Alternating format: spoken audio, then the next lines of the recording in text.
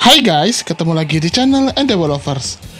Kita sudah melihat di episode 147 gimana mengerikannya kemampuan yang dimiliki Shojoji.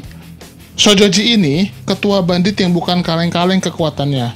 Dia menguasai jutsu terlarang yang sangat mengerikan, keji, dan pastinya membuat dirinya tidak bisa dideteksi dengan mudah. Jutsu terlarang seperti apa yang dikuasai Shojoji? Tidak lain dan tidak bukan, itu adalah jutsu Shikabane Bunshin no Jutsu atau jutsu bayangan mayat. Sekuat dan semengerikan apa jutsu itu? Kami menemukan 5 fakta tentang Shikabane Bunshin no Jutsu.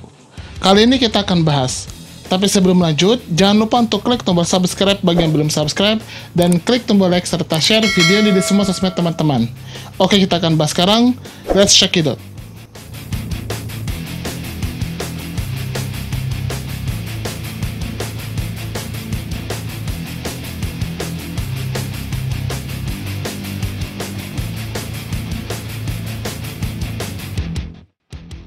Jutsu Shikabane Bunshin no Jutsu masuk kategori Kinjutsu atau jutsu terlarang.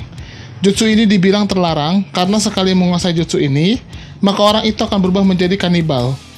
Jutsu ini memiliki prinsip kerja sama seperti jutsu terlarang Fushi Tensei milik Orochimaru dan Rinnegan Momoshiki.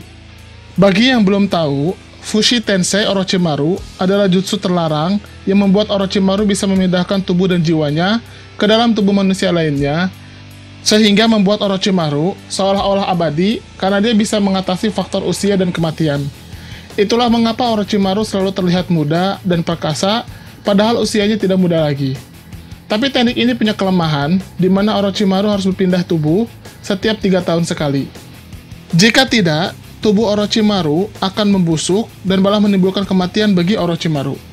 Itulah mengapa setiap 3 tahun sekali, Orochimaru pasti berganti tubuh. Dengan teknik ini, tidak hanya tubuh, tapi juga kemampuan orang yang dijadikan media Orochimaru akan menjadi milik Orochimaru. Sasuke dan Itachi sempat menjadi target, tapi kemudian Orochimaru tidak pernah berhasil mewujudkan rencananya. Beda Fushi Tensei, beda lagi teknik Rinnegan Momoshiki. Kita kan tahu ya, Momoshiki punya mata Rinnegan di kedua tangannya. Satu untuk menyerap dan satu untuk mengeluarkan.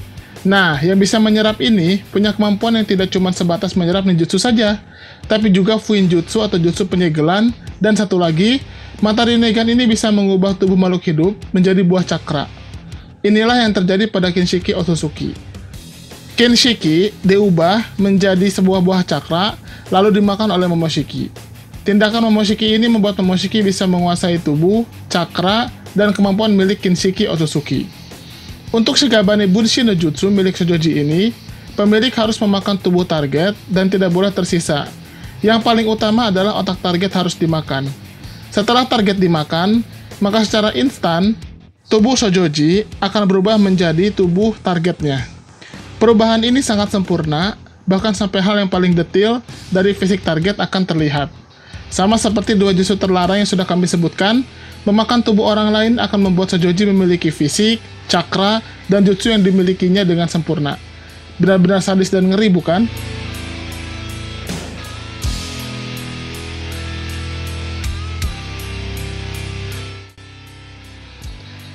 Ketika Shojoji menggunakan teknik ini dan memakan seseorang, dia benar-benar berubah menjadi orang yang dimakannya. Bisa dikatakan dia adalah ninja peniru terkuat dan terhebat, karena perubahan Shojoji ini sangat sempurna, dimulai dari fisik, suara, kepribadian, sampai ingatan orang yang dimakannya akan masuk juga pada diri Shojoji. Itulah mengapa ketika plot twist terjadi, di mana Shojoji memakan Kokuri, tidak ada satupun yang menyadarinya. Bahkan aura cakra Shojoji pun menjadi aura cakra Kokuri. Sai saja sampai bisa dikibuli. Berarti Shojoji ini jauh lebih keren penyamarannya dibandingkan dengan shinobi manapun, karena ketika berubah menjadi orang lain, hampir mustahil Shojoji bisa ketahuan. Dan tidak diperlihatkan ada batasan kekuatan yang bisa diambil oleh Shojoji. Jadi kalau yang dimakan adalah orang dengan jutsu dahsyat dan cakra yang hebat, berarti kemampuan mereka pun akan menjadi milik Shojoji. Bayangkan saja, Shojoji dengan mudahnya menguasai teknik bayangan bulan milik Tsukio, seolah-olah teknik itu asli dari Shojoji. Hal ini karena dibantu dengan memori Tsukio yang ada di otaknya sudah menjadi milik Shojoji. sehingga Shojoji menggunakan ingatan itu untuk mengeluarkan teknik pamungkas Sukyo.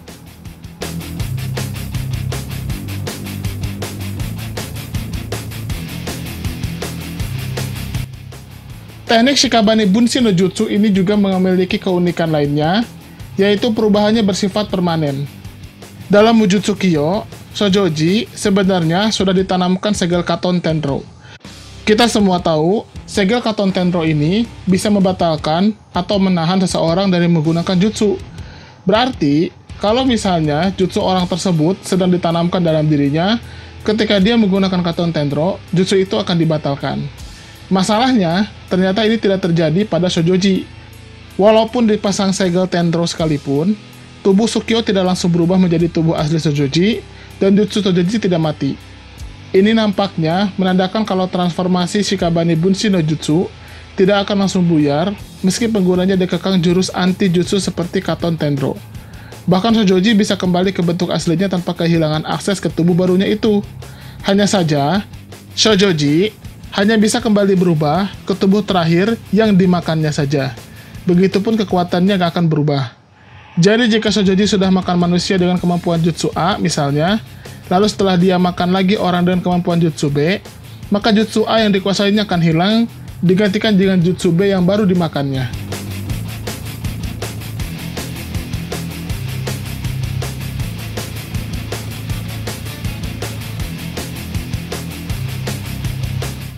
Shikabane Bunshin no Jutsu terlihat sebagai jutsu yang menakutkan, terutama untuk penyusupan atau infiltrasi.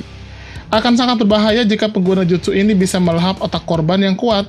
Untungnya, pengguna Shikabane Bunshin no Jutsu sejauh ini baru Shojoji yang kemampuan bertarungnya tidak istimewa. Boruto bisa menyulitkan Shojoji di versi manga. Mungkin animenya akan mengikuti dengan cara yang sama. Saat menjadi Sukyo pun, Shojoji dapat dihajar tim 7 saat trik Tsukikage no Jutsu sudah bisa ditangani. Dan terakhir, Shojoji itu sangat takut oleh Sasuke. Ketika Shojoji berhasil ditangkap dan diinterogasi, dia masih bisa melawan shinobi-shinobi lainnya sehingga dia tidak mau membuka mulut. Tapi ketika Sasuke datang, Shojoji langsung ketakutan karena Shojoji sudah tahu bagaimana kejamnya Sasuke ketika dia menginterogasi musuh.